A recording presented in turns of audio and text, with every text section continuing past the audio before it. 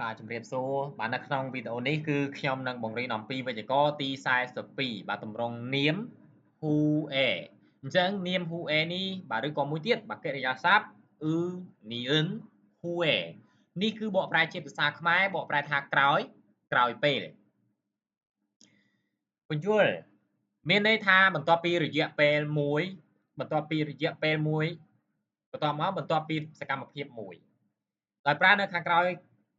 នាមហើយនិងខាងក្រោយកិរិយាសព្ទបាទអញ្ចឹងវាប្រើជាលក្ខណៈថាខាងក្រោយពេលវេលាឬក៏ខាងក្រោយនៅសកម្មភាពណាមួយទៀតអញ្ចឹងចង់និយាយថាអញ្ចឹងអឺបន្ទាប់ពីឬក៏ក្រោយពីញ៉ាំបាយហើយគឺងូតទឹកឬក៏ក្រោយពីងូតទឹកហើយគឺចូលគេងបាទអញ្ចឹងយើងប្រើនៅទម្រង់ហ្នឹងណាទម្រង់ក្រោយពេលបាទតោះសូមមើលខាងក្រោមតារាងខាងនេះគឺជាតារាងពាក្យដើមហើយខាងនេះគឺជាតារាងនៃការបំបែកជាមួយវេយ្យាករណ៍បាទហើយលក្ខខណ្ឌទី1កិរិយាសព្ទអត់ជើងឬក៏មានជើងដែរតែជាជើង real នោះគឺប្រើនីអ៊ិន who a អញ្ចឹងមានន័យថាអត់ជើងក៏ប្រើនីអ៊ិន who a មានជើងក៏យើងប្រើនីអ៊ិន who a ដូចគ្នាបាទម៉ាន់ណាដាជួបទៅជាម៉ាន់ណាន់ who a ក្រោយពេលជួបអូដាមកអ៊ុន who a ក្រោយពេលមកអ៊ីផាខាដាចូលរៀនអ៊ីផាខាន់ who a ក្រោយពេលចូលរៀនសិក្សាហាដាញ៉ាំអាហារសិក្សាហាន់ who a ក្រោយពេលញ៉ាំអាហារណូលតាលេងបាទអញ្ចឹងសម្រាប់ពាក្យដែលមានជើង real បែបនេះគឺលុបដាចេញបូកជាមួយនឹងនីអ៊ិន who a ដោយ real ហ្នឹងគឺត្រូវបានលុបចោលដោយសារតែប៉ះជាមួយនីអ៊ិនអញ្ចឹងទៅជា non who a ក្រោយពេលលេង mantul ta ក៏ដូចគ្នាដែរអញ្ចឹងពាក្យដែលមានជើង real ដើម្បីងាយស្រួលនោះគឺលុប real ចេញហើយដាក់នីអ៊ិន who a មក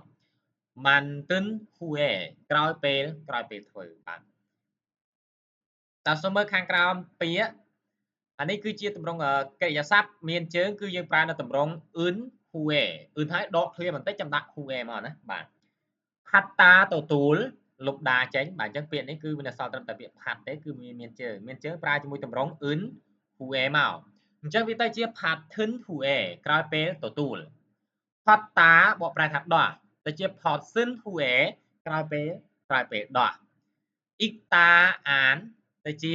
ilgun who a ក្រោយពេលអាន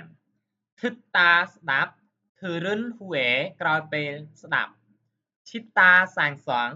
ឈឿន who a ក្រោយពេលសាងសង់បាទសម្រាប់ពាក្យឈិតានេះគឺជើងស៊ីអ៊ូតគឺនៅពេលដែលប៉ះជាមួយនឹងស្រៈអ៊ឺអញ្ចឹងជើងស៊ីអ៊ូតនេះគឺត្រូវបានលុបចោលហើយសម្រាប់ពាក្យធឹកតានេះគឺជើងធីគឹតនេះប៉ះជាមួយស្រៈអ៊ឺរបស់អ៊ឺនេះអញ្ចឹងជើងទីគឹតហ្នឹងគឺត្រូវបានបដូរទៅជា real វិញបាទថូបតាជួយ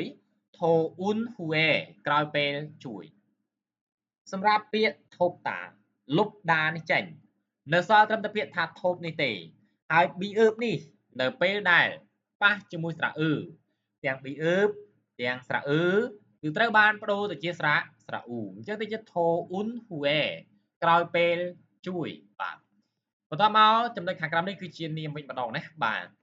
ហើយពាក្យនេះពាក្យជានាមបាទខាងក្រោមនេះតម្រងនាមមានជើងនិងអត់ជើងគឺប្រើ who a បានដូចគ្នាបាទនាមមានជើងក៏ប្រើ who a នាមអត់ជើងក៏យើងប្រើ who a បានដែរបាទ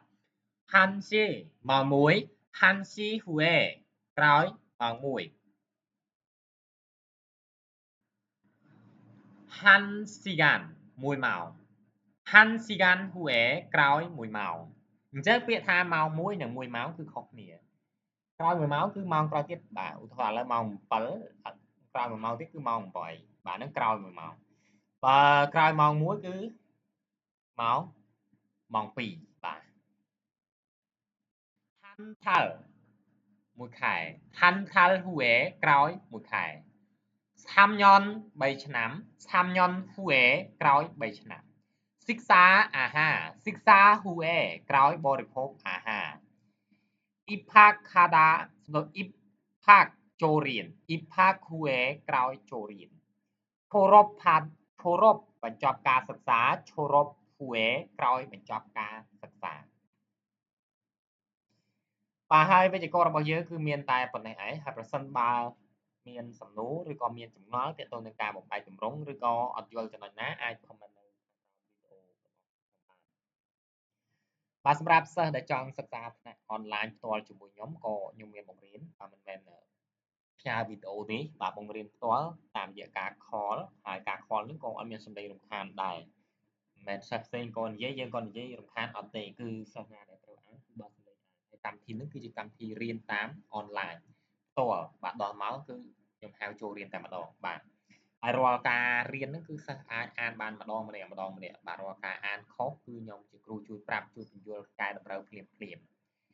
បាទហើយទាក់ទងទៅនឹងសិស្សដែលចង់បានសៀវភៅភាសាកូរ៉េដែលមានបកប្រែបាទសៀវភៅវេយ្យាករណ៍ភាសាកូរ៉េដែលមានបកប្រែបែបនេះក៏ខាងខ្ញុំមានលក់ដែរណាបាទដែលមួយក្បាលតម្លៃ 25,000 រៀលមានបកប្រែជាភាសាខ្មែរហើយអញ្ចឹងណាបាទហើយយើងយកទៅគឺអាចសិក្សាដោយខ្លួនឯងបានបាទព្រោះអីវាមានបកប្រែអញ្ចឹងយើងមើលតាមនឹងបានបាទភាសាកូរ៉េចំណុចសំខាន់គឺវេយ្យាករណ៍នឹងឯងបើសិនជាយើងអត់ចេះបំបែកការប្រើប្រាស់យើងក៏តាមនឹងដែរបាទព្រោះពាក្យកូរ៉េបាទគឺច្រើនតែបំបែកបាទមិនថានាមគុណនាមកិរិយាសព្ទបាទគឺសុទ្ធតែបំបែកទាំងអស់បាទហើយរាល់ការបំបែកទាំងនោះតើតែយើងចេះវេយ្យាករណ៍ឲ្យបានច្រើនដែរបាទ